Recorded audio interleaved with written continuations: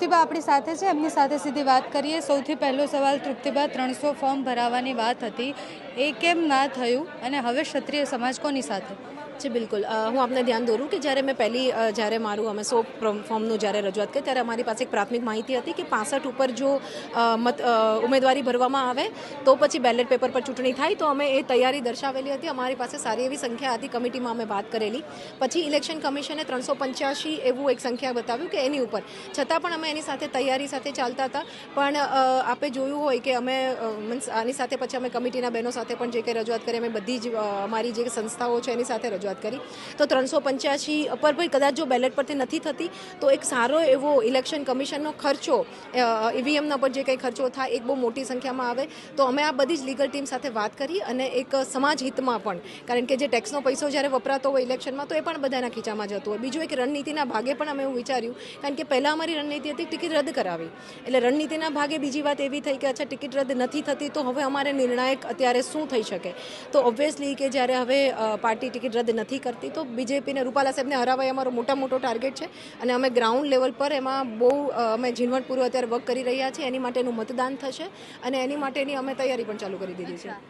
છેલ્લા કેટલાય સમયથી જે સંકલન સમિતિ છે એના ઉપર ઘણા બધા આક્ષેપો થયા છે। આજે પણ મિટિંગ શરૂઆત થઈ ત્યારે જ પદ્મિનીબા આવ્યા અને એમને કહ્યું કે સંકલન સમિતિએ આખા આંદોલનની પથારી ફેરવી છે। તૃપ્તિબા કહેતા હતા 300 ફોર્મ ભરાવાના છે, કશું જ ના થયું અને મુદ્દો ત્યાંનો ત્યાં છે અને સંકલન સમિતિના કારણે આંદોલન પડી ભાંગ્યું। આપ મને પાયલબેન સમજાવો, આટલા દિવસમાં આપે તો કદાચ રિપોર્ટિંગ કર્યું હશે, મારું કર્યું હશે, સંકલન સમિતિના કોઈનો ક્યારેય સૂર ઢીલો થયો છે? અમે પહેલા દિવસ તેને હું આપને કહું કે અમે બધા તો સામાજિક કાર્યકર છીએ, સમાજની અસ્મિતા, અમે તો સમાજની અસ્મિતા, બહેનો દીકરીઓ માટેના પ્રશ્નો, સામાજિક પ્રશ્નો એની માટે કામ કરીએ છીએ। આટલા દિવસથી અમારો કંઈ સૂર એક નથી થયો, મીન્સ કોઈનો એક જણનો સૂર, મને, હું આ બધા કોર કમિટીની 17 મેમ્બર સાથે છું, અમારો કોઈનો સૂર નથી ઢીલો પડ્યો અને નથી જ આમાં। પહેલે દિવસથી જ્યારે પહેલી પીસી બોલાવેલું હતું ત્યારે જ અમે કીધું કે આમાં કોઈ અસ્મિતાની જ્યારે વાત હોય, સ્વાભિમાન સાથે સમાધાન ન જ હોય, પણ કોઈ વ્યક્તિગત આજે કોઈ માણસ ટીપા ટિપ્પણી કરે છે, તો આપણે અહીંયા જોયું હોય કે 90 સંસ્થા અત્યાર સુધી અમારી સાથે એક સામાજિક કાર્યકર તરીકે જોડાયેલી હતી, અહીંયા આજે 500ની સંખ્યા હતી, તો દરેક તાલુકા લેવલ જિલ્લાના વ્યક્તિ જોડેલા છે અને સંકલન સમિતિ છે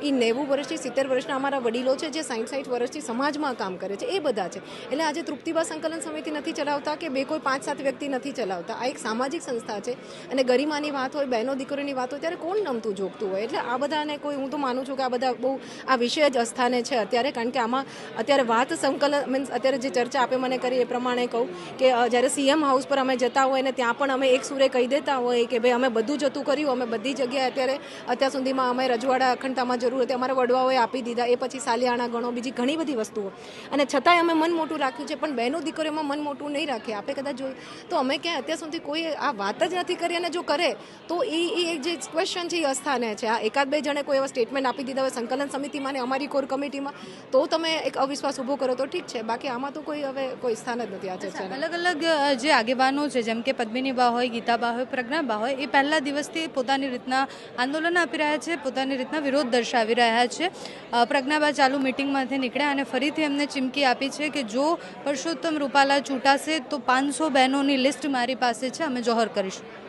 જો આ બહુ દુઃખદ વસ્તુ કહેવાય અને આપણે એક પણ કરી દે, પહેલો જ દિવસ હતો, અમે પહેલાં જ બધા ભાઈઓએ પણ કીધું આ લોકશાહી છે, આપ તો એવું વિચારો આજે કદાચ અમારી માટે ચિંતાનો વિષય, હું સંકલન સમિતિનો જવાબ બોલું છું, તૃપ્તિબાનો નહીં, અમારી માટે જ્યારે અમારા સમાજના જે રાજકીય વડીલો નેતાઓ પધાર્યા ત્યારે એમને પણ આ ચિંતા વ્યક્ત કરી હતી કે બહેનો આવું પગલું ના ભરવું જોઈએ, આ લોકશાહી છે, આપણે લડત આપશું અને છેલ્લે સુધી લડશું। આજે કોઈ પણ પહેલાંના યુદ્ધોની વાત કરો તો પરિણામ શું હોય ખબર ના હોય, છેલ્લે સુધી લડાય, એટલે હવે વ્યક્તિગત કદાચ કોઈ નિર્ણયો લે છે પણ સમાજ આનો કોઈ સપોર્ટ મીન્સ એટલે સમાજ માને કદાચ એમની લાગણી હોય, પણ આ જે જોહરવાળી વસ્તુ છે કે એ આ ખરેખર દુઃખદ કહેવાય, એ કાયદાનું પણ આત્મવિલોપન કરવું, એક કાયદો પણ તોડે છે। તો આજે સંકલન સમિતિના વડીલો કોઈ એમને સમજાવે છે કે કોઈ જગ્યાએ, તો એમને સમજવું જોઈએ, વડીલોની ભાવના સમજવી જોઈએ। આજે મારા પરિવારમાંથી, આપના પરિવારમાંથી કોઈ વડીલો મોભી વ્યક્તિ કહે છે ત્યારે એમનું માન પણ રાખવું જોઈએ। આ લોકો પણ મહેનત કરે છે, આમાં જે ટિપ્પણી કરે છે આપ વિચારો કે એમના વિશે જે કંઈ સંકલન સમિતિના વડીલો વિશે ખરાબ બોલે છે, જી એ જે ખરાબ બોલે છે, તો એક દુઃખદ વસ્તુ એ પણ છે કે આપણા પરિવારના મોભી વ્યક્તિઓ